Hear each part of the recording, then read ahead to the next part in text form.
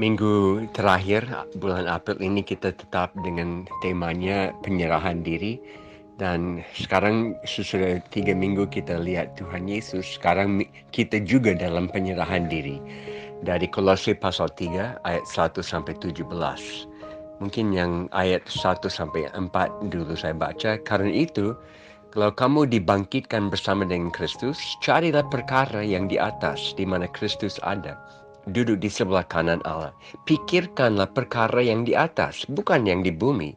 Sebab kamu telah mati dan hidupmu tersembunyi bersama dengan Kristus di dalam Allah. Apabila Kristus yang adalah hidup kita menyatakan diri kelak, kamu pun akan menyatakan diri bersama dengan Dia dalam kemuliaan. Penyerahan diri dari posisi yang baru. Kita lihat dari 4 ayat pertama ini. Ayat pertama, carilah. Ayat kedua, pikirkanlah. Ini perintah. Karena orang Kolose, mereka hanya fokus pada apa yang mereka dapat berbuat sendiri. Apa yang mereka bisa hasilkan. Mereka bangga itu dan mereka pikir itu yang buat mereka dekat dengan Allah. Salah. Apa yang kita selalu fokus dan memikirkan, akhirnya kita akan hidupin. Pikirkan yang benar, akan hidupin yang benar. Pikirkan yang tidak benar, akan hidupin. Lihat gambaran yang Tuhan berikan tentang siapa dirimu di dalam Tuhan. Seperti nonton televisi atau sesuatu podcast atau di internet, channel yang salah, terus melihatnya, nonton sampai itu mulai pengaruhi karena tidak dapat informasi yang benar, tapi informasi yang salah. Kenapa kita harus cari dan pikirkan yang benar di mana kita ada di atas? Karena kita telah mati. Itu pertama. Ini bukan perbaikan hidup, ini pertukaran hidup. Kita mati dan sudah tukar hidup dengan hidup yang baru. Jadi jangan pikir yang lama. Karena juga hidup kita tersembunyi di dalam Kristus. Tidak bisa dilihat oleh dunia, tapi ada sesuatu yang tidak kelihatan yang memberi kekuatan kepada saudara dan saya. Seperti pertandingan basket yang ada di sini minggu lalu. Anak-anak kami di sini main kuat sekali dan menangkan pertandingan tournament itu. Dan semua datang, supporter banyak tambah-tambah karena mereka lihat caranya anak-anak ini main basket lain dari yang lain. Sikap mereka rendah hati, bantu lawan yang lawan mereka kalau jatuh mereka kasih bangkit lagi. Luar biasa. Karena ada sesuatu di dalam diri. Tidak kelihatan tapi bisa di dalam semua yang kita buat sehari-hari. Orang tahu, orang ini beda. Hidup tersembunyi di dalam Kristus.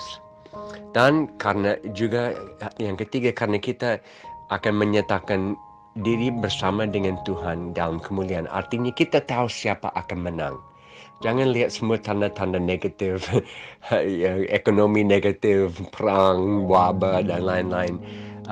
Kita tahu siapa yang menang. Tuhan Yesus menang. Dan Kristus adalah hidup saudara dan adalah hidup saya. Yang kedua, ayat 5-11, yang duniawi, yang lama, itu mati.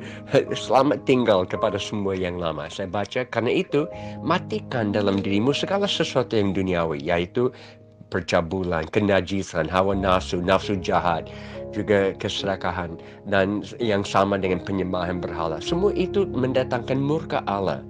Dahulu kamu juga melakukan hal-hal ketika kamu hidup di dalamnya. Tetapi sekarang buanglah semua itu, yaitu marah, geram, kejahatan, fitnah, kata kotor yang keluar dari mulutmu. Jangan lagi kamu saling mendustai karena kamu telah menanggalkan manusia lama serta kelakuannya.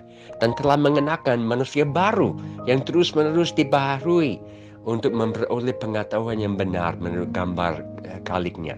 Dalam hal ini tiada orang Yunani atau Yahudi, orang bersunat atau tidak bersunat, barbar atau Sikh, budak atau merdeka, tapi Kristus adalah semua dan di dalam segala sesuatu. Yang duniawi mati. Paulus sering mengajar kebenaran yang dalam disertakan dengan tuntutan moral. Jadi ada kelihatan dalam hubungan hari-hari, sehari-hari harus kebenaran ada hubungan dengan cara kita hidup. Dulu dalam kebiasaan mendatangkan murka, tapi hal itu apa? Percabulan. Okey. Artinya hubungan seksual. Hubungan seksual diciptakan Allah, indah dari Adam dan Hawa. Tapi manusia sudah najiskan dengan membuat di luar komitmen nikah. Hawa nafsu didorong oleh keinginan diri. Nafsu jahat itu nafsu yang tidak pernah puas. Dia selalu minta tambah lagi. Keserakahan, keinginan akan sesuatu yang milik orang lain. Ya, sebetulnya seks luar nikah juga adalah keinginan itu. Ingin sesuatu, laki-laki jangan paksa perempuan karena itu milik dia. Itu tubuh dia milik Tuhan dan milik dia. Jangan paksa dia kasih kepadamu sesuatu yang bukan hakmu. Dosa ini keserakahan disamakan dengan penyembahan berhala dalam ayat-ayat ini. Karena penyembahan berhala juga adalah manipulasi kuasa ilahi untuk kepentingan diri sendiri. Sekarang buanglah semua itu, ayat 8. Buanglah artinya potong bagian yang busuk. Seperti roti, ada busuk, ada hijau, potong, buang supaya tidak kena semua. Atau daging yang busuk, potong, buang supaya tidak kena semua. Marah harus dipotong. Api yang nyala cepat dan habis. Geram, apinya yang bara panas lama. Kejahatan, fitnah. Ya, kita selalu dengar fitnah, jangan fitnah. Tapi apa mengerti gosip dan fitnah bedanya? Gosip itu menyampaikan kepada orang ketiga sesuatu yang benar tentang orang lain, orang kedua. Itu gosip. Jangan. Fitnah menyampaikan kepada orang ketiga sesuatu yang tidak benar tentang orang kedua. Dan itu selalu dibuat di internet sekarang. Orang tidak mau cek apa berita benar atau tidak. Jaga mulut dengan menyampaikan hanya apa yang mendatangkan kebaikan dan yang benar. Kalau tidak, itu namanya kata kotor. Ini definisi kata kotor baru dari ayat-ayat ini. Sesuatu yang tidak membangun, yang tidak benar, yang tidak betul, itu kata kotor.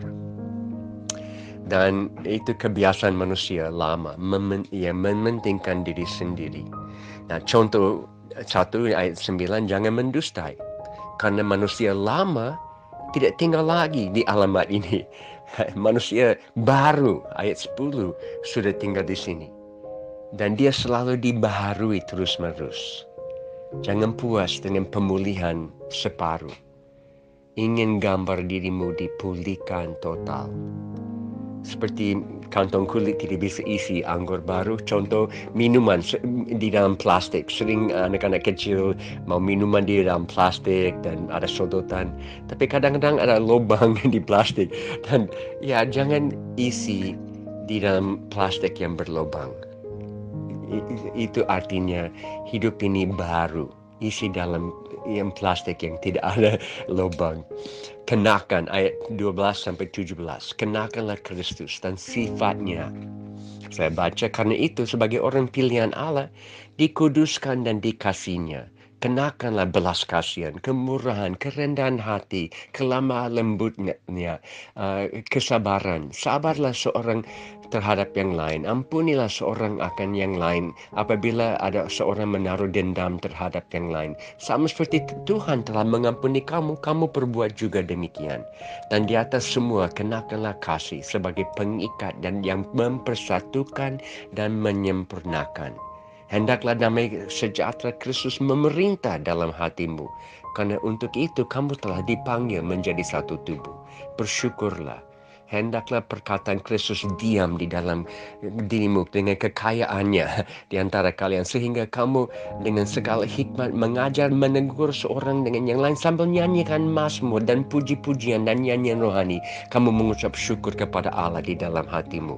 Segala sesuatu yang kamu lakukan dan perkataan atau perbuatan, lakukanlah semuanya di dalam nama Tuhan Yesus sambil mengucap syukur kepada Dia di dalam Allah Bapa kita. Kenakanlah Kristus. Perhatikan, semua yang kita harus kenakan berkait dengan hubungan manusia dengan manusia. Karena kita hidup dalam komunitas. Tak ada di susunan ini tidak ada kepintaran harus kenakan. Tidak. Keberhasilan pribadi. Tidak. Kerajinan. Tidak. Ini semua tentang hubungan manusia dengan manusia. Tanggap gambaran baru ini. Belas kasihan. Peduli kepada orang sakit. Orang tua. Orang kena musibah. Jangan lihat banyak perang di televisi dan hati menjadi dingin. Selalu ada belas kasihan, kemurahan. Anggap keperluan tetangga sama penting dengan keperluanmu. Kerendahan hati.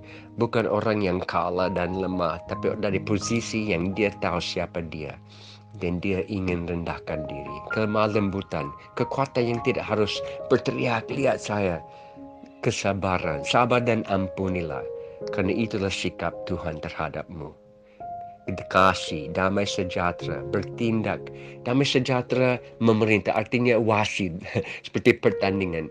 Damai sejahtera adalah wasit dan dia mengatur, mengontrol hidupmu supaya tidak out of control. Perkataan Kristus diam di dalam dirimu, mencari ekspresi melalui musik dan nyanyian. Gereja semula adalah gereja yang bernyanyi. Dan kita selalu lihat firman dan pengalaman dengan Tuhan memberi lagu baru kepada kita. Jangan ditipu hidup dalam semua yang lama. Kesimpulan segala sesuatu dilakukan di dalam nama Tuhan Yesus. Hidup di dalam masa depanmu. Jangan hidup di dalam masa lalumu. Hiduplah pada tingkat lebih di atas dan jangan terima lagi hidup yang jatuh bangun. Tuhan menyertai kita semua.